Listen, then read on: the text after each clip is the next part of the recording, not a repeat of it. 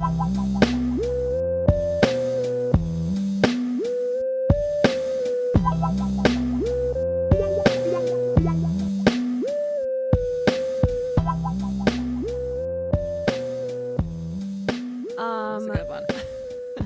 Welcome to The Bar is Ankle High, your weekly ADHD podcast that explores life's low bars with wit and wisdom. I'm Katie.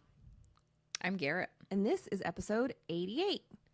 If you want to hear what Patreon heard for the past 34 minutes of this episode, you can sign up for Patreon at patreon.com/thebarsankle-high, and you get ad-free episodes, extended cut episodes, and you get ad-free and extended cut video episodes. And bonus episodes. See me eat a clementine. Yes. So you can do that at patreon.com, and other than that, I do have a housekeeping thing. Oh, we have a new Patreon, don't we? We do. Yeah. Welcome. Yes, welcome Patreon member Sam. Yay. Hi, Sam. Good job. Now you're a patron. Thank you for joining, Sam. I hope you liked your intro episode. Welcome. Sorry we use the word musty so many times. I'm not. Who is going first? You. Because we each have one, right? Yeah. Okay. We're good, right? We're ready to jump in. Yeah. Right, to content? Okay, cool. So, we talked about reasonable accommodations recently. And we thought maybe, and we've talked about doing this before. And just, haven't gotten around to it till now. So I thought we could. We've never done that. Wait. Ooh, product placement. We don't offer these Yetis. I just got it for us as a gift. Yay. This isn't my Yeti, though. For those not watching on Patreon, we're both holding up water bottles that say The Bar is Ankle High on them. I have a sticker, and Garrett has Yetis with it etched into it. That she got me one for Christmas too, but I don't have that one. That's in my car because I use it for the gym. It is perfect for on the go. Yeah, I can fit it in the side of the diaper bag, and it's the perfect. It fits in cup holders. It's a perfect size, and it's just enough to have some water with you, but not be lugging something around. Yeah, and I like the handle on it because I don't know. There's the way that I can hold that is very nice. Yeah. So I thought we would, kind of going along with that reasonable accommodation conversation, talk about ADHD at work and some of the issues that can come up. So, on a high level, the stat that I saw online, and obviously this number is evolving because I think there's a lot of people that are undiagnosed, and I do think we've talked about before how ultimately I think there's going to be one spectrum, and ADHD and autism will both be on that. So this number is, as it stands, in the last few years, there's an estimated 8 to 9 million American adults with ADHD. So this says that there was a national survey that showed only half of adults with ADHD were able to hold down a full-time job, compared to 72% of adults without ADHD. But even 72 feels very low. For, I guess, you can have other things going on. I don't know. Well, and that's what I'm thinking, different states of employment. So part-time, you could have 3 part-time jobs. Maybe they're only looking at That's a primary. True. So I think there's a lot of, there's people that are retired. There's, people that maybe are staying home with their kids for a time being and have temporarily left the workforce. There's a lot of different states of employment. Yeah. So I feel there's probably that stat could use some more context, to be honest. even when folks with ADHD were able to secure work, they tended to earn less than their peers, which sucks. So I think, we talk a lot about working with the ADHD. So we're going to have some tools for that. So ADHD, I think we've learned that there are a lot of things that we experience that we now can attribute to ADHD that maybe we didn't know before. So this, I think I tried to pull together like as many things that I could think of, as many things that I could find like that may come up. So maybe you can't sit still and you find meetings excruciating. I find meetings excruciating. I want a 15-minute or less meeting only. They're torment for me. Maybe you struggle with keeping track of a lot of different projects and timelines and juggling those. I think sometimes at work, if you have a lot of those going on, it can kind of feel like spinning plates, which is tough. I think it's tough for neurotypical people, let alone neurodivergent folks. Yeah. If you're working in an office, extra noise, other people, movement, neighboring departments, or, other people on the phone, whatever it is. Maybe you sit near a main door. I know, like, I have sat like on a main hallway by a very busy door, and it's like constantly hearing people coming in and out, and conversations as people walk by. Like, that can be a struggle. I also struggle with the lighting in an office. Just the really harsh fluorescent lights suck. Yeah. Like, they just burn your eyeballs. They kind of suck your soul. Yeah, you're not supposed to look directly at those light bulbs, right? The idea is not to gaze directly into the ballast. I learned that during the day. solar eclipse, actually. After I burned my eyeballs, I learned you're not supposed to do that. Boredom, especially with like paperwork, routine things, can cause you to then like procrastinate. Yup. Yes. Can confirm. Hate it. Ask me about tax season. Ask both of us, because then I just get anxious about it and just think about it once a week. Maybe you have a hard time remembering deadlines or keeping track of like other responsibilities. Maybe you've got trouble with impulse control, so you get a little like snippy or angry with people at work. Speak for yourself. I'm super level-headed at work at all times. I've never gotten mad once. I think I've gotten much better with it, but I definitely used to. Yeah, I don't have a printout of what's her face from Archer screaming, "You're not my supervisor," hanging on my office wall. I don't have that. Definitely not. Definitely haven't for a long time.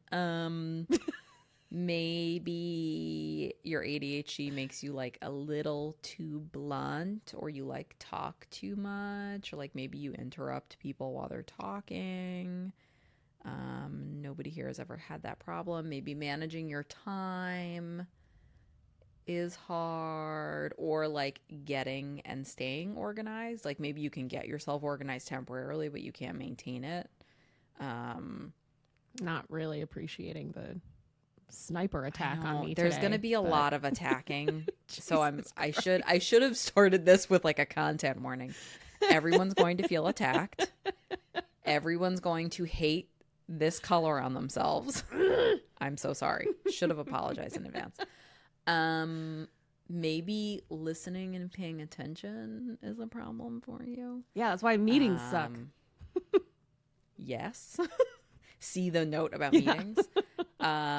Maybe completing assignments. Like, maybe you can start them but not complete them. I know, like, I have a tendency to, I have no problem really.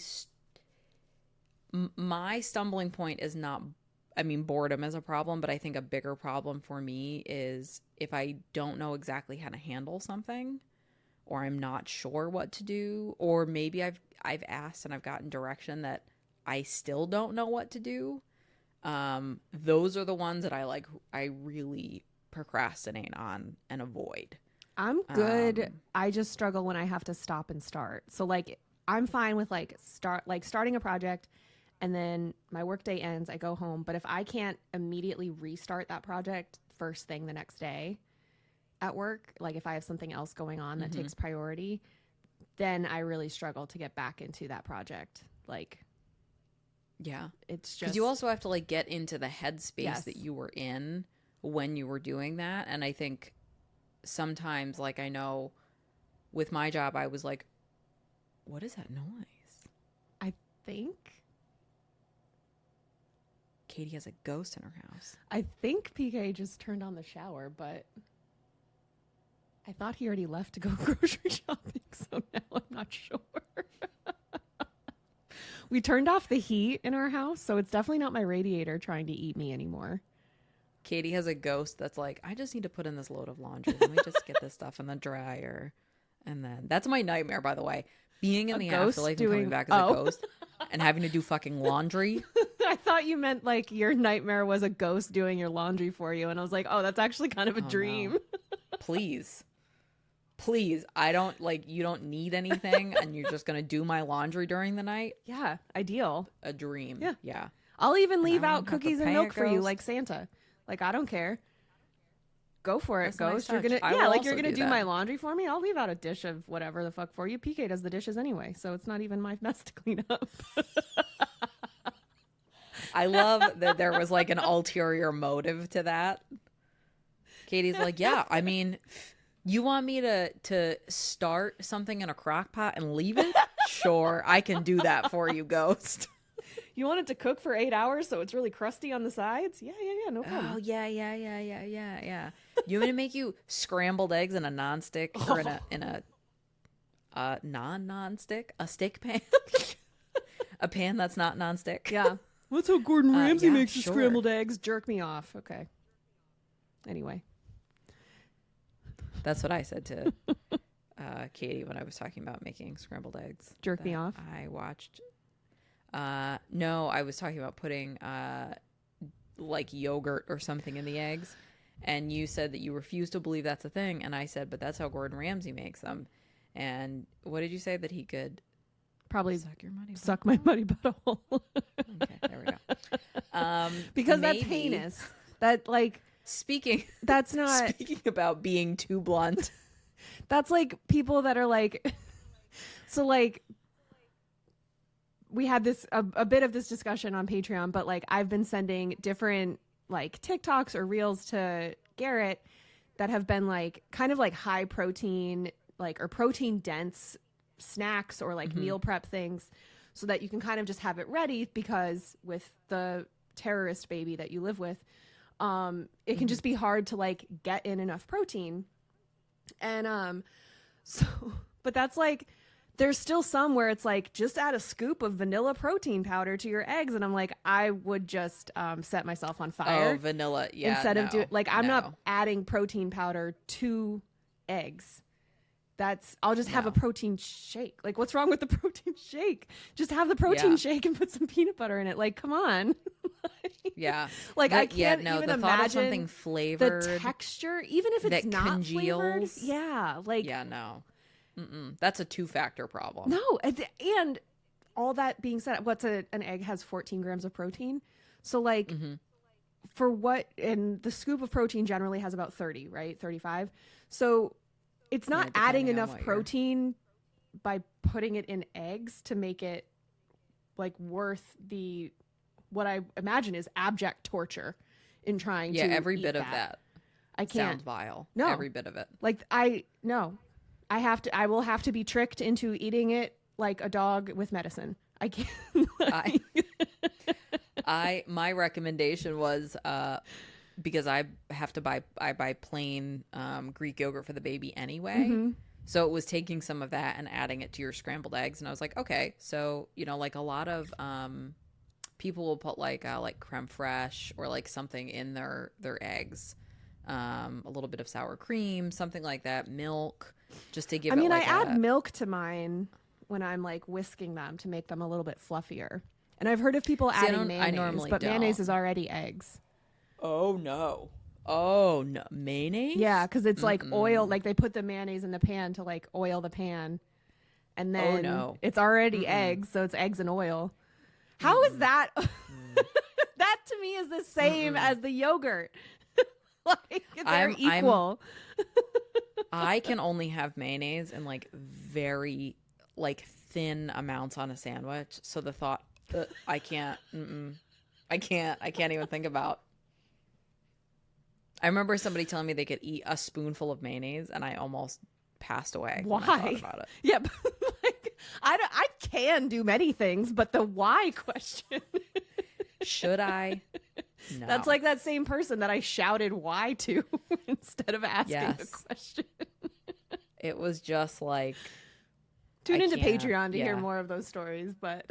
It's kind of like, you know, people will say like, oh, like when you make a grilled cheese to like put a little bit of mayo on the outside. I can't. Like it's butter or nothing. Yeah, like, I use margarine for that. I understand the premise behind putting mayonnaise on it. I would just rather have the butter. Like I think the taste of the butter on the outside of a grilled cheese is better than what like cold mayonnaise is on like a turkey sandwich.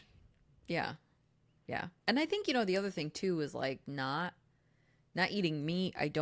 There's not a lot of instances that come up where I use mayonnaise. Like I don't eat, like if I'm going to have a sandwich, like a veggie sandwich, like I'm probably not going to put mayonnaise on it.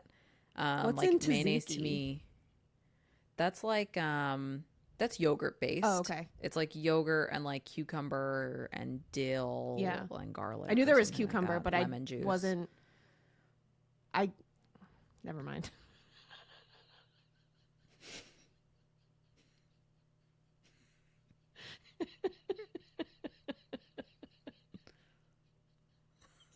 We're going to get another 1-star review for too much laughing now. It's just that, like, I thought for the longest time, and maybe this is it, but it was just like the inside, like, cone of a cucumber that was used, not like the flesh. Like, so like the really like gooey like part. A peeled?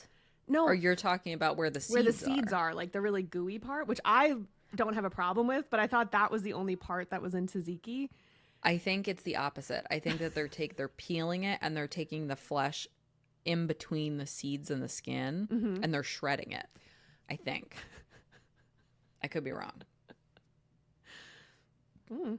But it's not mayonnaise. I feel like because then just the seeds part is like aloe vera. Like to me that has the same consistency as aloe. It is. I can see why you would think that. Thank you. How about that? Thank you. Thank you for validating my experience with tzatziki.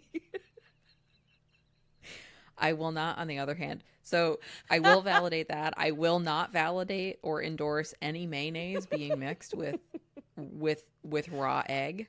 Yeah, I mean, that's just fair. As you will not validate putting a little bit of yogurt, Greek yogurt, into scrambled eggs. Yeah, it doesn't add enough protein for it to be worthwhile. I get that. Especially if I'm going to barf it up anyway, because it'll make me gag. You're welcome. I guess that would be a waste of all things involved. Yeah, if you were going to barf it up. That's a good point. Well, attention to detail is another problem. So anyway, with tzatziki. So what I'm saying is with the cucumber jelly. So that's why you listen to this podcast. We take our time getting to the point. Yeah, we mentioned the wit part first in our little tagline there. Less so the wisdom. Yeah. We promise the wisdom's coming later. Eventually. Attention to detail is another thing they list, which I definitely struggle with, especially if I'm bored. It's kind of like how as a kid, if I did a test, there was no double checking my work. Yeah, same.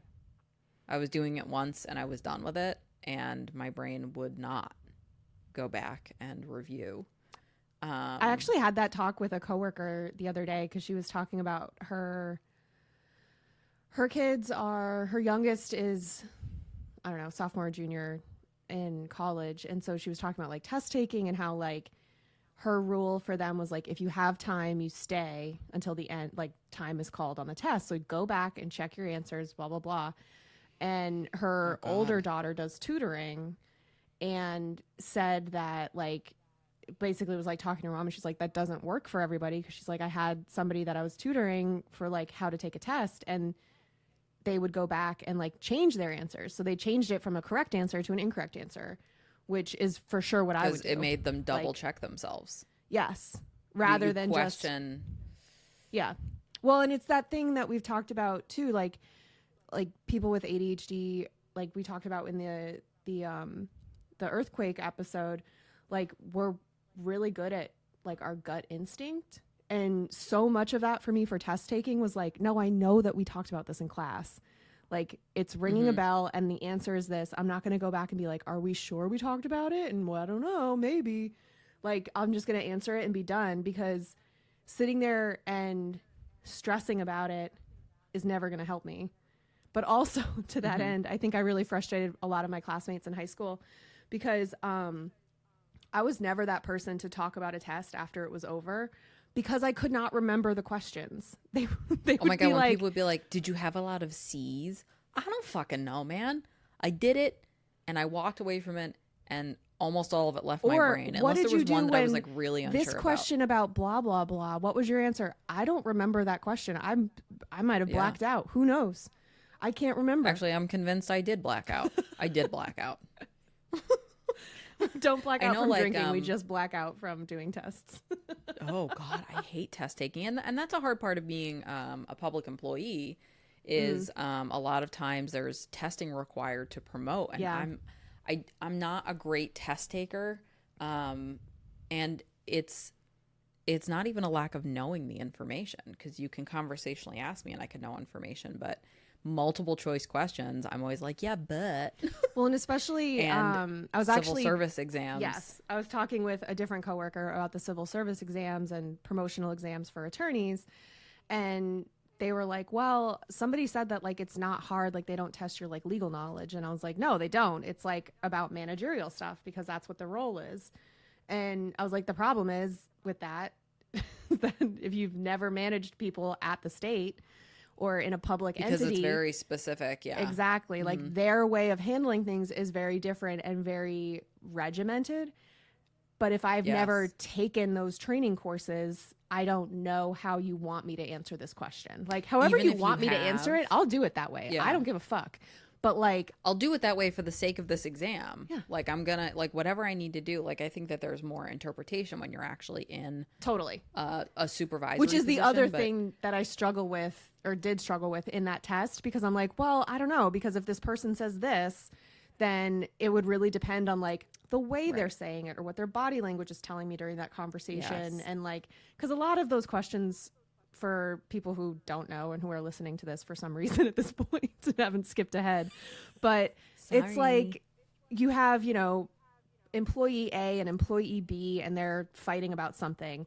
And do you have a meeting with both of them at the same time, or do you have a meeting with one and then have a meeting with the other? And it's like, the answer is somewhere like, oh, you have to talk to employee B's supervisor. Well, you didn't tell me employee B had a supervisor. That wasn't me. Like I assumed if you're asking me this question, I'm the one who's managing both of these people and they're fighting with each other. So it's just those sorts of things where it can be very frustrating. And I think especially with ADHD, it's those types of things where I'm like, because it's that spectrum you were talking about, I can see it as extremely black and white, or I can like know it's only gray. Yeah, like I'm supposed to read into this. There's more to going on than what is on the surface. And I'm not going, because I also don't want to be judged with a snap judgment if somebody is perceiving something about my behavior at work and doesn't take the time to ask me what's going on. Like they might think I'm cutting people off, like walking into the building. I may not, like, I just may not see that person behind me. Maybe I didn't know someone was walking behind me, so I didn't hold the door for them. But like, if you don't ask me that, then you'll never know. You're just going to think I'm an asshole. So it's like that kind of thing where like I'm very aware that I don't want to be perceived that way. I'd like to give somebody the opportunity to explain themselves or whatever, know that they were doing something weird. I'd want to know. The only thing that I've found that is like kind of helpful to me is when I go through, I do that thing where I answer all the ones I definitely know. But every question that I read, if it says like not or, you know, accept, anything like that, I'm like circling things and underlining things and crossing things out. And on, especially on civil service exams, since we're talking work stuff, I can always eliminate 2 of the 4. And my feeling is, okay, 50-50 is better than 25-25-25-25. So that's kind of like my, even if I don't know the answer, I'm going to do that work and review it. And then I'll go back and go, okay, which ones do I not know? You know what I'm more likely to do with my extra time? Doodle. Is I would give myself what I thought my score was going to be. Like on the questions where I definitely knew the answer versus the ones that I didn't know. What anxiety. Oh my God. Yeah. Sometimes I would like try and score myself. Usually not, because usually it's like I finished it and I was getting the fuck out of there. Yeah. But I have on occasion tried to give myself a score. But how'd that work out for you? Mixed results. So I just think like, and I think being on time is another issue for people with ADHD. I've never been like a late person. I'm a squeaking in exactly on time person. But you know, it can cause just a lot of like chaos. Like I personally don't like my day to start rushing and chaotically. So we'll get into, I'll go through, you know, kind of what I do to prevent that. But, you know, you just think about executive function is such a problem with ADHD. And it's like every bit of executive functioning is like important for work. Yeah. And it really doesn't even matter what you're doing. Like, even if you're doing a job where it's, you know, you're on the fly and things are, you know, you're handling things emergently, there's always paperwork. Yeah. There's like always paperwork and things to like document what happened, or, you know, the next step of something, it has to get kicked to the next person, whatever it is. Like, there's always that component of routine to every job. So, you know, being able to remember multiple timelines, remember multiple things that are going on, keep your eye on things in the future. I think with ADHD, you know, we have a tendency to look at things as right now and not now. And all of not now is prioritized the same. The only things that we care about are the now. So you could have something that's coming up in 2 days and something that's coming up in 2 months, and they're the same. That's true. For a lot of people. Yeah. Especially, I think, if your work doesn't have, for like those deadlines, you know, depending on how they structure your work or whatever. But like, if there isn't like some sort of external thing that marks what your due dates are and when they're due and the order that they're due in, if it's up to me to like have a reminder on my calendar, which is fine, like I can do that, but as opposed to it just having a running list on my computer that I can just always look at and gray out when it's done, it's just harder for me to have an accurate gauge of like when somebody says, oh, can you like do this thing for me? I'll say yes and then realize like I've actually got a lot going on right now. That's not great. And we'll talk about that too. That will come back up, and like deadlines surrounding that too. And I think like all of these issues, which, you know, I mean, those are a lot of different components of one diagnosis, let alone like other things that can come up. Like maybe you're more sensitive to sensory based things. Like we're always joking, you know, how much I hate overhead lighting, and I have a hard time with like a lot of noise. It's like my brain doesn't work when all that's going on. So, I think that, you know, there's all of these different, maybe you have way more hyperactivity and you have a really hard time sitting still, or you just really have a hard time getting out the door and getting to work on time. Those are things that not only can affect you, like your ability to promote in your job, or, you know, take on new roles, or your relationship with your coworkers, or, you know, are you going to get chosen or passed over for promotions because you've got issues with X, Y, and Z? Because you could be a great employee who just is chronically late. But that sometimes will have you labeled as a bad employee, even if you're not, which is, I mean, it sucks and it's unfair, but that's why we're going to talk about techniques for working with those things outside of, you know, reasonable accommodations. Because like a reasonable accommodation is not going to get you to work on time. So yeah, well, and I also think we're going to talk tools. That in our reasonable accommodations episode, I think a lot of people, regardless of what the law says, work in a place where they're not comfortable asking for them. And and that's fine. Or even disclosing. Like, no judgment. I don't right. Like I don't know. Even now, I work in a place where I think I would be very well supported if I went to HR and said, "Hey, I need something to help me with XYZ because I have this disability." I think they would be supportive of me, but I don't want to have to do that. Like, I think it's still part of that like masking thing and being late diagnosed and having that kind of like ingrained, like, this is up to me to figure out. This is my problem. And so like I just think that like there's plenty of people who aren't in a position to request a reasonable accommodation for certain things. And there's, like you said, 100%. No amount of reasonable accommodations will get you to work on time if you have to be at work on time. Right. And I think too that, you know, we've talked about how ADHD has these co-occurring things like anxiety, depression. It can impact your self-esteem.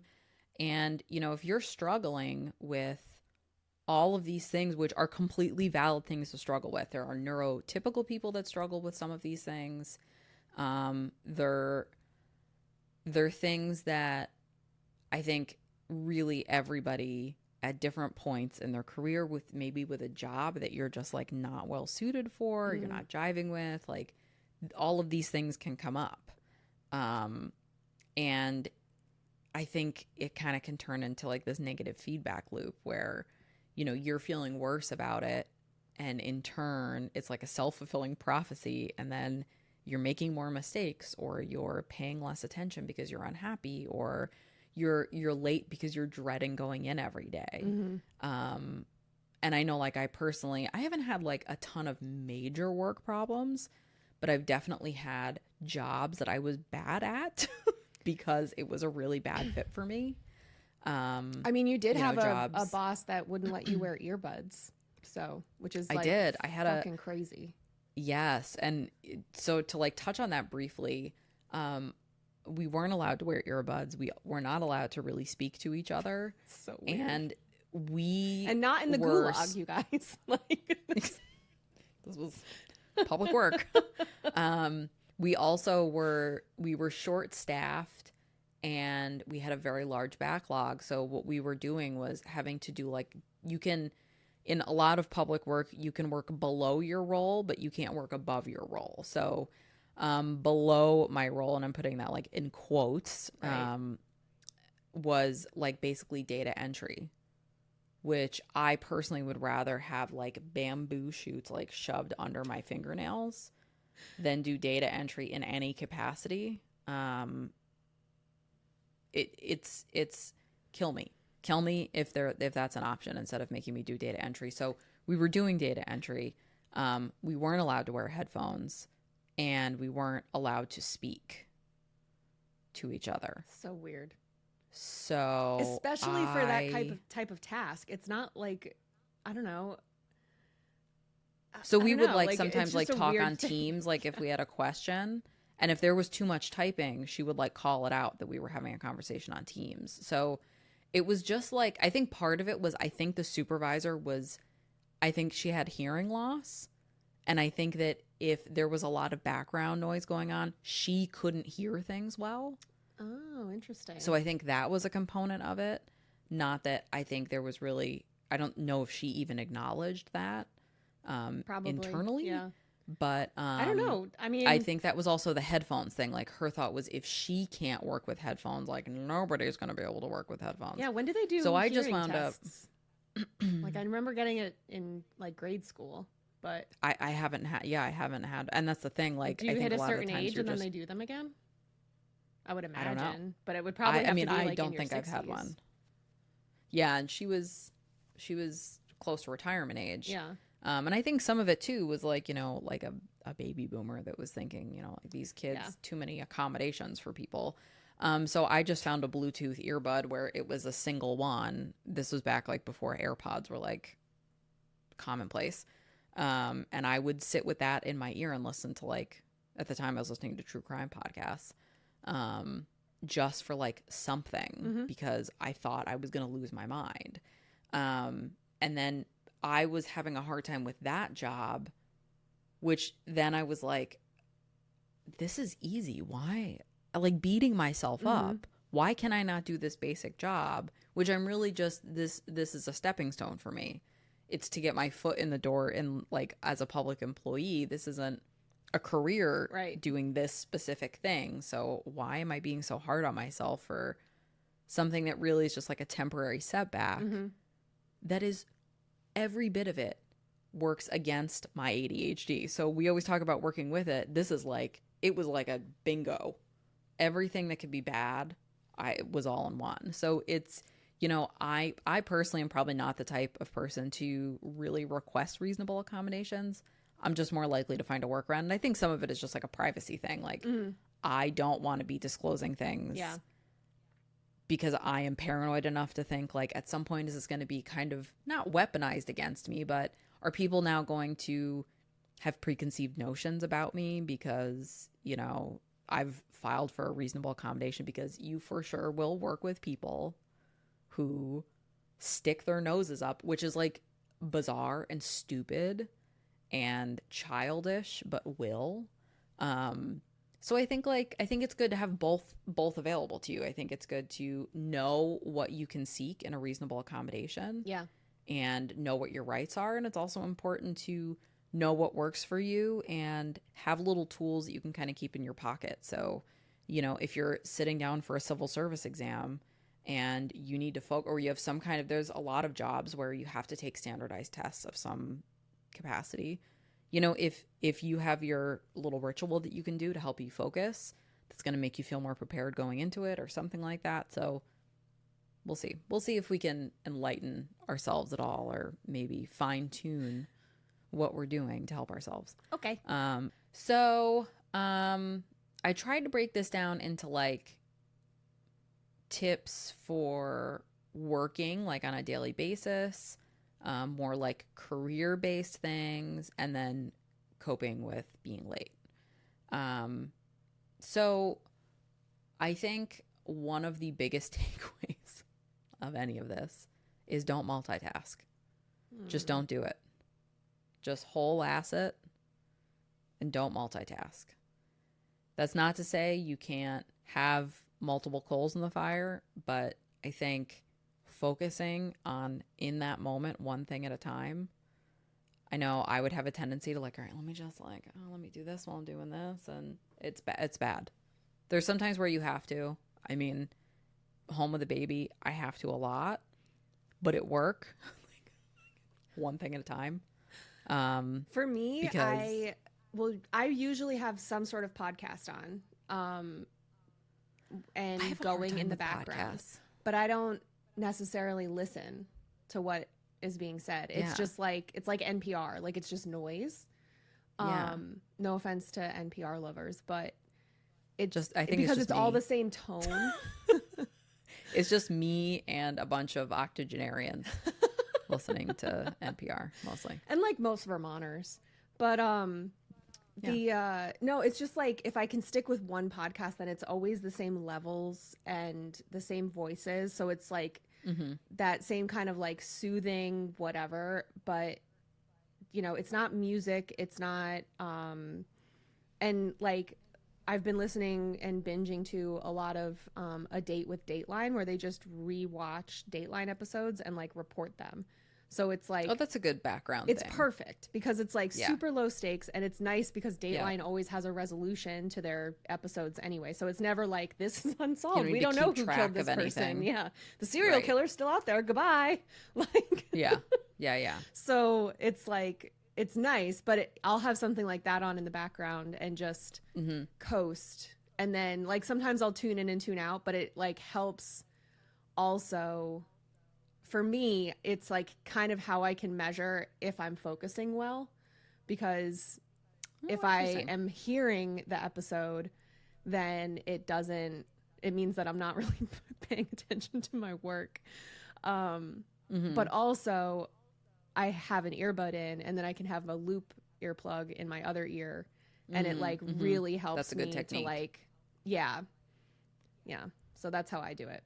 And that also like, because it's enough to like block out the noise of the office, but people can still interrupt me if they need to speak to me about something, which does happen. Like, yeah, you know, I think that's, I had a tough time before I went on maternity leave, like the year leading up to maternity leave. I was working in a supervisory capacity and I couldn't really tune out. Because like I kind of needed to be paying attention to what was going on around me, between like people needing to ask me questions and like needing my help with things, or making sure that like somebody's not asking me a question that I can't see, like if it's somebody talking that's next to me or behind me, or if my supervisor who sat way behind me was talking to me. Like I kind of needed to be aware, so sometimes I would just sit with one earbud in. It's a nightmare. Yes, it was constant. It was like, so in some ways though, that kind of works for me, because it gives me less of an opportunity to be bored. I know like I've also had jobs that were very cyclical. So there were some times where you were very busy and you would be busy for like 4 to 6 weeks, and then you wouldn't have really much to do for 6 to 8 weeks. And that's tough. But it's also good because I knew that like if I really needed to be like focusing and like, because I would hyper focus like really intensely, especially for like a few days, and I knew like I only have to hyper focus like this for like a few weeks, and then things are going to slow down, and then my brain would kind of get a break, and then I would ramp it back up. So it was kind of, I think in some ways it was kind of good. And I think kind of getting pulled in a lot of different directions, like it just kind of kept things busy. And another tool that I use at work is I keep the only things in my inbox are like open issues, things that I haven't resolved or I'm waiting on a response, or something that I have to reference daily. Other than that, I file it away. Good for you, man. Damn. So, I mean, I don't know what my inbox is going to look like when I go back from maternity leave. It's going to be... Well, who knows? They disabled your email, so... Yeah, maybe they were like, she doesn't exist. You need a new email now. Start over. But it just like, it helped. And sometimes I couldn't keep up with it. So sometimes it would be like, all right, I just need to dedicate time on Monday morning or Friday afternoon and just like sit and like, because I know there's things that are resolved, but I would pretty much, if it was handled, it was getting filed. And I had a lot of very specific folders too. I also do the same thing with voicemails, like immediately I do immediately delete or forward my voicemails. I only get voicemails for other people, so I just forward them all. But I do that. And I have mailbox rules set up, like, so because I'm on some listservs for different things. So those go automatically into a different folder. So those aren't in my inbox ever. They're in a I can't do that because then I'll never see them. Oh, I still see them because then it's like out of sight, it shows out of the mind. Number of unread emails, and like I don't have to read them, which is also the reason that they're able to go in there. Yeah, but yeah, it's work to maintain that system, but it makes it where I don't have to like search or dig or remember like what I have. I try to keep it where all of my stuff that I'm working is like very visual. Mm-hmm. And I think too, you know, as we're talking about like things that are a non-reasonable accommodation, not everybody wants to disclose specifically that they have ADHD. Like, I know I'm more likely to say I have a really hard time with, I like things to be visual for myself. So is it all right if I do X, Y, and Z? Or, you know, can I track this using this or whatever? And talk about things that work really well for me or things that really don't work for me, and just let people know what my workaround's going to be. Because it's not something where I necessarily like giving extra information. Mm-hmm. I try and only give what I have to. So, because it's like if I start the ball of overshare, it's like an avalanche. Mm-hmm. And then before you know it, we're talking about musty taints, and like nobody at work wants to hear about them. Are you sure? They might. They might. You should do it just to be safe, in case they really want to hear it. I mean, look, I've seen the state of that shared. Oh, did you hear that? Yes. My neighbor like throwing something away. Their trash bins are like right outside this window. Oh, I was like, I so thought now the something ghost fell. is taking the recycling out. Yeah, I thought like there were like coals on the ground here, and he was like, "What was that?" I was like, so the ghost is like, all right, I switch your laundry over, and now I'm gonna take the garbage out and the recycling. Yes. Is there anything It's all else? loose Legos, so it's just gonna make as much noise as possible when we dump it into this bin. Yeah. Oh my god, that was like. And then when you looked confused, I'm like, why? What's happening? What's happening? Yeah, What's well, going that on? was just, I was like, well, it didn't come from inside this room, but then I was like going through that list of like what could have fallen in the living room that would have made that noise. Mm-hmm. Yes, you're immediately like, Yeah, the inventory of the things in my home. yes. Yeah, no, Yes. it's just my neighbor. So I also, and Katie can attest to this, and my space is like very neat, Mm-hmm. because if I see clutter, not only does it distract me, but it makes me feel overwhelmed. And Which is why Garrett I hated can't. looking at my desk. Fortunately, Katie's desk was behind me and I couldn't see it. Because I just leave everything out. Katie has like the other part of it where she's like, no, I need everything out and visible. Yes. And So it's like that that thing where it'll live on the like desktop or the countertop long enough that it no longer exists. So then I just don't Yes. see it at all. Yes. And then every like quarter, maybe I'll go through and like organize the piles of paper into like piles and be like, this is from last November. I don't know that I need it out anymore because I haven't looked at it so clearly. But then I do that thing where I'm like, I better not throw it away because what if I need it? So I did there was a couple things that like I did that were really helpful to me. And one of them was I had a folder of things that had to go in the shred. Mm-hmm. And I would just like to make myself get rid of stuff. I pretty much have that now at this point Yeah. because so much of where I am now working is fully digital.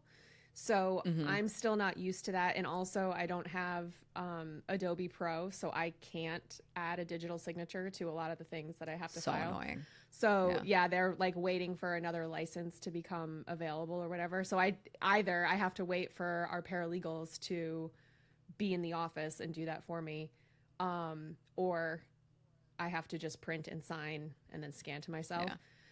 So the things that I've signed, I have a pile of that it's stacking with the intention to shred because there's no reason for me because everything is fully digital where I work. So Yeah. for the most part, there's no reason for me to print anything out except for there was some form I had to fill out. I think it was to work from home permission, like scheduling thing. Something that like couldn't be more simple. Right. And so I like Yeah. printed and signed and scanned it to my boss. And then he like wrote back and he was like, no, I need the edited like original document. Like there was like a way to do it in Adobe where like it stayed as a form. It took me like 3 tries to send it to this man. I'm sure. And in your brain, you're like, I'm done with it. Yeah.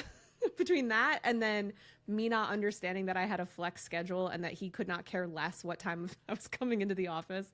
Like, I'm sure he was like, I thought you were going to be smart. Like, why are you struggling? What respectfully is wrong with you?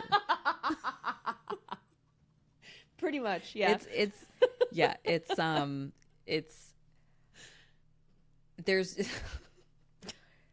There's just certain things like, and if I've done it and in my brain it's done, if you send it back to me, I'm like derailed. Like that's a problem for me.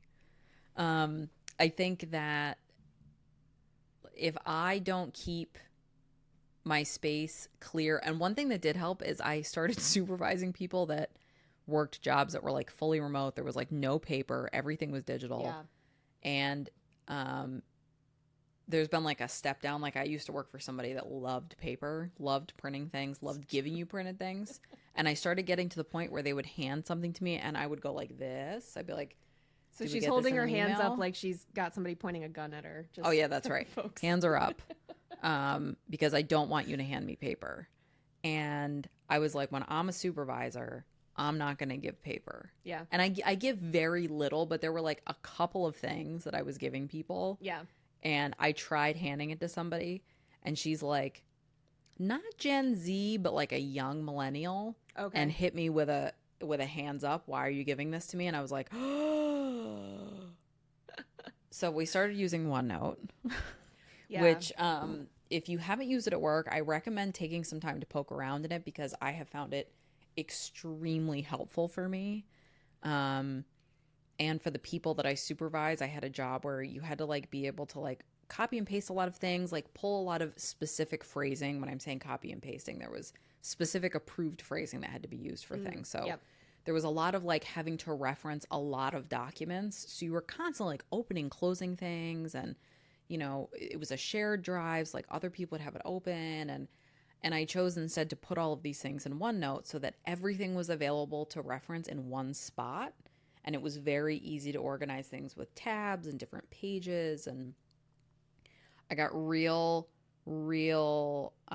intense and neurodivergent with it. And everything was color coded. Focusing at work.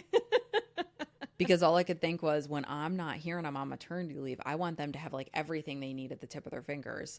So it was like, you know what else? I'm going to add this and I'm going to add this. And it was like a really comprehensive. And the great thing about OneNote is you don't have to get overwhelmed because you can search keywords and it will find all the places those keywords appear. You can mark things up. It's a really great tool. I really also appreciate, like, because I use OneNote for the depositions that I do at work, but I can attach a document into the OneNote note. So it's like, for me, it's like I'm questioning somebody and they reference this document. There it is, rather than having to log into a website and pull up the date of service, whatever, and I can just like label it for what it is and keep them there in that one document so that I don't have to scramble in the middle. Like I'm still sort of scrambling, but it's all right there. Also, I just found out about that option, but up to this point, I was using like the screen clipping function, which is also excellent because it'll just automatically insert your screen clip into that part of your note, which is amazing. And then you can highlight on it, which also you can highlight. Like I know, like I would, if there was something specific they needed to find in a case, I could tell them what types of things to look for with like specific, where you're not, making a note or they're writing something down in a notebook. Like you knew that everybody was getting uniform information and they knew what to look for. You could mark things up. Like it's a really great tool. And I think like I'm somebody who I am visual with things. So I need to like be able to see where to find things and I need specifics like that. And OneNote is perfect for that. So highly recommend taking some time and digging around in OneNote because and I use it for personal stuff too. It's just like very handy for things. And it's very easy to keep things organized. And of course, and to find things. You can search, OneNote hacks or whatever on YouTube for sure. And TikTok too has I haven't actually been very done good. that before. You haven't? Oh my God, I'm going to get mad when I go back to work. I'm going to be a nightmare. Yeah, no, I did that. I actually did it for Excel because I needed a spreadsheet. Like I wanted it to automatically populate a due date for something and like just have it. It's not exactly how I want it to be, but close enough. Yeah. Because like I want it to I want the color to change the closer I get to the due date if it hasn't been completed yet. Like there's like different stages of how I want this to be formatted. Yeah. Because I had a spreadsheet at my last job that was like that, and it was clutch. Yeah, that's nice. But I have no idea how it was formatted. So I'm getting there. But it's also like one day at a time. Oh yeah, and it's like and YouTube is a great resource for that. Mm-hmm. I mean, and if you're like me, you're like a visual person, you need to see it. Yeah. Sometimes to be able to, plan how you're going to approach something or to conceptualize something. YouTube is great for that. You can see people. And there's creators on like things. Instagram and TikTok that also do like quick little snippet videos of like, hey, it keeps like how to quickly change it so that like data sets have different colors to them or whatever. Like these little, like some things I'm like, I don't know how I would use that because that has nothing to do with anything I do in my job. But there's other things where I'm like, yeah, like dates, I need that to be like there. And for filings. Right. Yeah.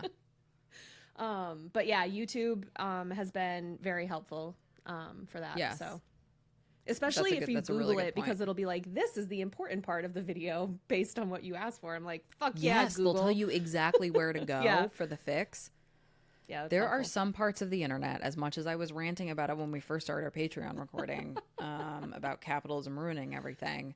There are some things that are great, and definitely like being able to use that as a resource. It's like having a tutor. Yes. It's like having a tutor that can answer any specific question you have. Yes. Pretty much. But like it's very also great. in it's like great. 10 minutes or less. Like I'm not sitting there with like masterclass. Like I don't need to be a masterclass Excel user. And frankly, yes, I think any job that intends or, states that you need to be proficient in Excel is absolutely yanking your chain. My job. Like they don't mean it. They do, like you need to be able to do like probably 5 specific functions in Excel. And Excel is one of those things that has so much functionality. Yes. If you do take a class, like I remember in college, I took a statistics class and the professor was like, look, you guys are going into the workforce. You're going to use Excel for any of these things. He's like, you're not going to be using a graphing calculator. Yeah. You're not going to be doing all these other things. He's like, I am going to teach you. He would like teach us the concept and we would learn how it worked and how to apply it, but would show us how to do it in Excel. Nice. And I finished that course and I was like, I'm the fucking best. I know how to do everything in Excel. I can do great things. And I immediately forgot it. Yeah. Because that is how things work. So I Also, had those great ADHD. skills. And he's lucky I remembered it the first time. And I did learn a lot of like fantastic things. He was also very creepy and was kind of sexually harassing students, which I forgot about until just now. But Excel has a lot of functionality, and just gonna glaze over that. And I think it can be overwhelming. Yes. And I think which is why trying to remember all of those things is like any job that's like you need to be proficient in Excel and Outlook always makes me cackle because that's not a thing. Word. Do you know how to use Word? Well, that's just it. I'm like to make a pamphlet? Like I don't like what do you need Word for? So I think another just like good professional little tip. I'll be the judge of that. When you get mad and you start typing a snarky email, sometimes it's good to just like leave it in drafts for a minute and take a walk. My tip for that is to not actually put the person's address in the to line so that you don't accidentally hit send. Also a good tip. Because also a good tip. That has saved me. That's also saved me from like sending a draft of like an email that's not snarky, but it like mid thought and whatever I get distracted or like that I'm still finessing. Yes. So I have done that. I've taken the name out of the to. Yeah. Yeah, that's a good point. Also, what was my other point that just left my brain? Walking away, waiting a beat, Not putting the name in. Fuck. It's gone. Hissing. I forgot it. Oh. Have you tried hissing at the other person? Hear me out. Have you Pretend tried you're that dinosaur that has the flaps that open up and it spits toxic ooze that makes your eyes burn. Yes, that is a good professional Pretending tip. you're a dinosaur and acting that way in the office is like a surefire way to get people to leave you alone. Yeah. I guess if your goal is to only have people leave you alone and never to network, that's a great idea. You will get to network with HR if you do that. I can tell you that much. You know what? That's also a good point. So, There will be networking. Just maybe not the way you want. I think developing, again, we've talked about this before, developing a ritual. Katie compared me to a Furby. Yeah. I actually have a bit of a Furby setup going on today. I definitely have a Furby setup going on today. But, making sure that I'm like physically comfy and nothing's bothering me and that I have, something to drink, or if I get a little bit hungry, I have like a little snack, and if I need chapstick, like whatever my little thing is, because otherwise when I'm working, I'm like, my lips are chapped, my lips are chapped, my lips are chapped. Type, work, my lips are chapped. I should get chapstick. Do I have any chapstick? Let me just look around for some chapstick. Working. My lips are chapped. And it's just like torment. So if I can just like immediately fix that and keep going, it stops from like pulling me out of what I'm doing, because otherwise that will happen to me. Yeah. We talked about headphones. Great tool, the loop earbuds with the headphones, or like whatever combination works for you. I know like when I'm home, like if I have to do pod work, I'm putting on like my noise canceling over the ear, big comfy Bose headphones. Turning off notifications can also be handy. I would sometimes use do not disturb in Teams, or I would let my team know like, hey, I'm going to block off like an hour to get something done that I like need to focus on. So if you have anything that comes up, just reach me after this time, or blocking time off on your calendar. I think sometimes like part of that ritual can literally be, it's like flipping a switch. Like you can't speak to me, or you see those people like with a sign on their desk that's like, I have ADHD. You can't talk to me because I don't know when to stop. So just don't talk to me, which is sometimes also a good tool. I haven't used that, but I mean, I probably should have sometimes. I mean, it was definitely me interrupting you all those times. I would have been sad if you put up a sign telling me that I couldn't talk to you. Kaylee, you can't do that because it'll make me sad. Yeah. No signs. That's her pets right now. Meme from Arthur where it's like, if I could read, that would make me really upset. Is it Arthur or is it King of the Hill? If those kids could read. There's both. One is with DW. Okay. That's like, I can't read, so that can't hurt me or something is what DW says. But yeah, then there's the King of the Hill one. Yeah.